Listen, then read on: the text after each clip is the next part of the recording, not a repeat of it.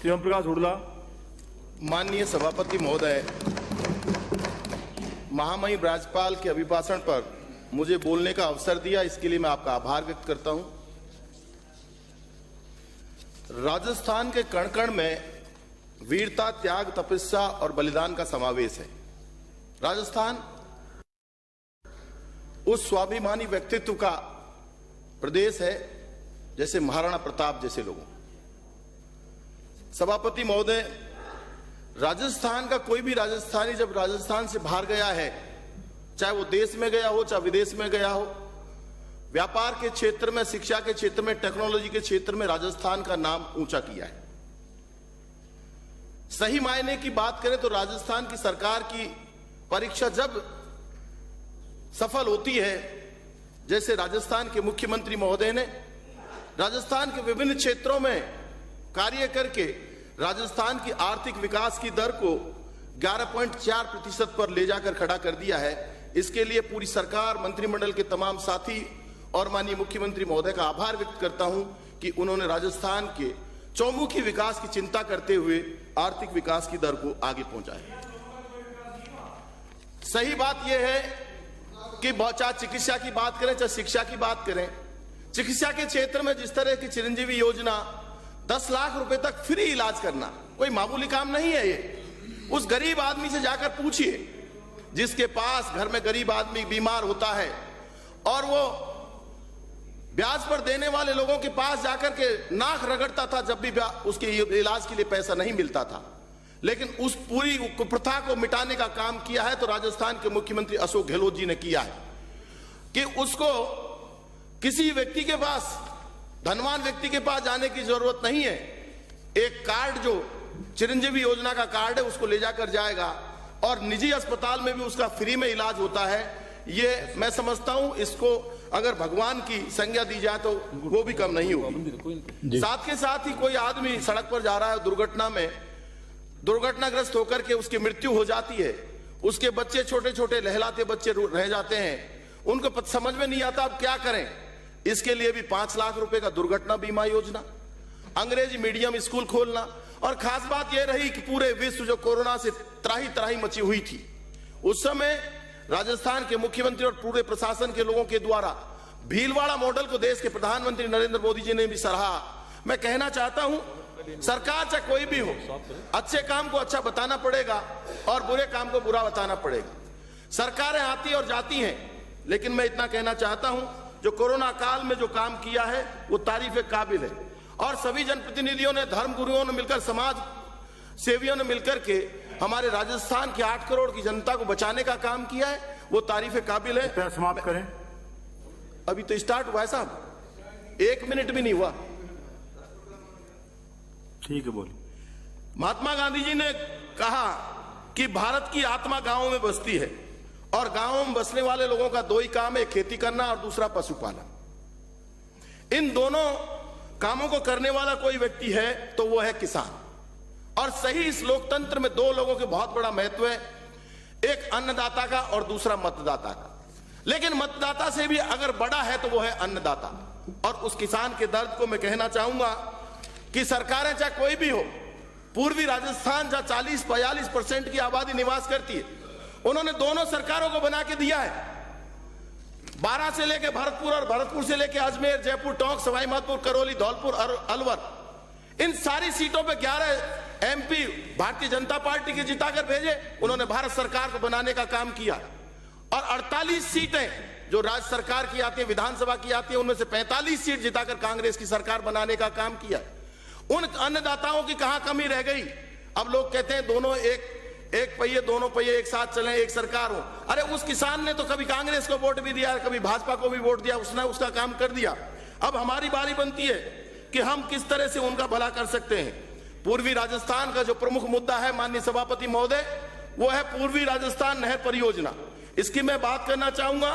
खासतौर से जो बांध बने हुए इससे जुड़े हुए नहीं है, उनको दौसा जिले और करौली, सवाई माधोपुर आसपास के सभी बांधों को जोड़ने की आवश्यकता है।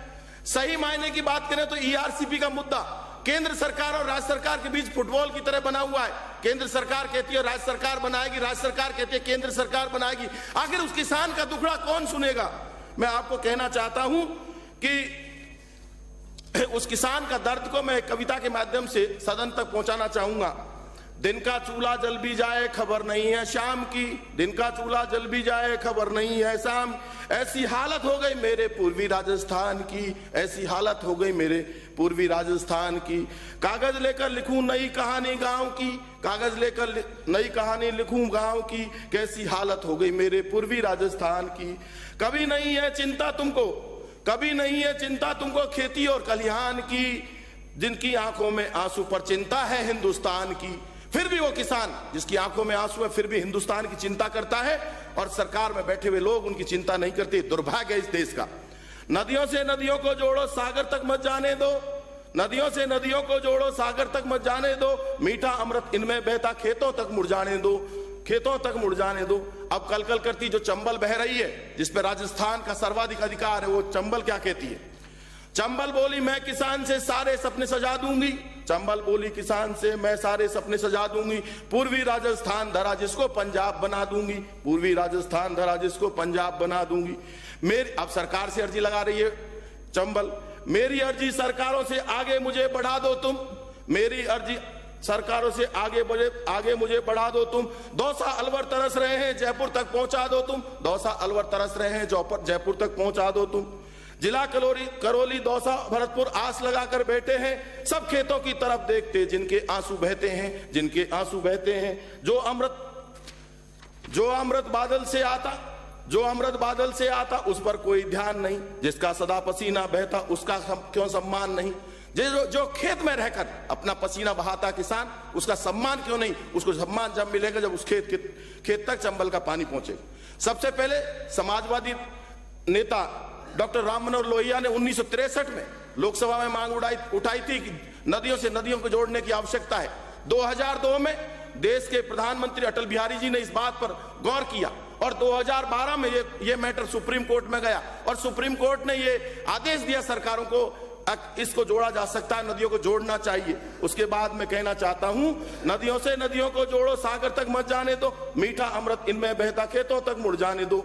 आंसू पीकर भी रोती आंखें, आंसू पीकर भी रोती आंखें एक गरीब किसान की, कैसी हालत कर दी तुमने खेती के भगवान की, कैसी हालत कर दी तुमने खेती के भगवान की। अब मैं सरकारों के लिए भी कहना चाहता हूं किसान की तरफ से, जिस दिन गुस्से में किसान अपना अधिकार समझ जाएंगे, जिस दिन गुस्से में किसान अपना अधिकार समझ जाएंगे, महलों वालों कान खोल कर सुन लो, सबके सिंहासन हिल जाएंगे, सबके सिंहासन हिल जाएंगे। मैं निवेदन करना चाहता हूं माननीय मुख्यमंत्री महोदय से, देश के प्रधानमंत्री महोदय से, कि आपने दौसा में जब आए थे आपने घोषणा की थी कि आप चंबल का पानी ला करके दोगे। मैं माननीय मुख्यमंत्री महोदय से निवेदन करना चाहता हूं, भारत सरकार करे या ना करे, लेकिन राजस्थान सरकार के मुखिया को 40,000 करोड़ रुपए की ERCP की घोषणा इस बजट में करनी चाहिए। मैं इसकी पुरजोर शब्दों में मांग करता हूं, और किसानों को फसल खराबे का मुआवजा भी मिलना चाहिए। अब मैं एक चीज और बस 2 मिनट में अपनी विधानसभा क्षेत्र की मांगों को कहना चाहता हूं कि महुआ में जो उप जिला अस्पताल है उसको जिला अस्पताल बनाया जाए, CHC मंडावर को उप जिला अस्पताल बनाया जाए, गहनोली, उकरूंद, खोजपुरी, मऊखुर्द, पाकर, सालेमपुर, दौलखेड़ा उपकेंद्र है उनको प्राथमिक स्वास्थ्य केंद्र में क्रमोन्नत किया जाए, PSC हुडला को CHC में क्रमोन्नत किया जाए। महुआ को जिला बनाने की भी मांग करता हूं। महुआ शहर में एक अतिरिक्त पुलिस थाना और चौकी खोलने की मांग करता हूं। बालाडी में उप तहसील की मांग करता हूं।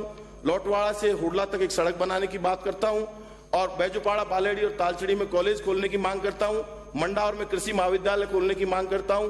मंडावर पावटा में खेल स्टेडियम, और देवनारायण योजना से पीपलखेड़ा में एक कॉलेज खोलने की मांग करता हूं। साथ के साथ पावटा, समलेटी और गढ़ीमत सिंह में 33/11 kV GSS की मांग करता हूं, और साथ के साथ ही गढ़ीमत सिंह, गहनोली, तालचड़ी, समलेटी, साथा, सालेमपुर और खोजपुरी में विज्ञान संकाय खोलने की मांग करता हूं। साथ के साथ ही हम सबका एक ही उद्देश्य, अंत में यही कहना चाहता हूं कि सेवा ही हमारा धर्म है और सेवा ही हमारा कर्म है।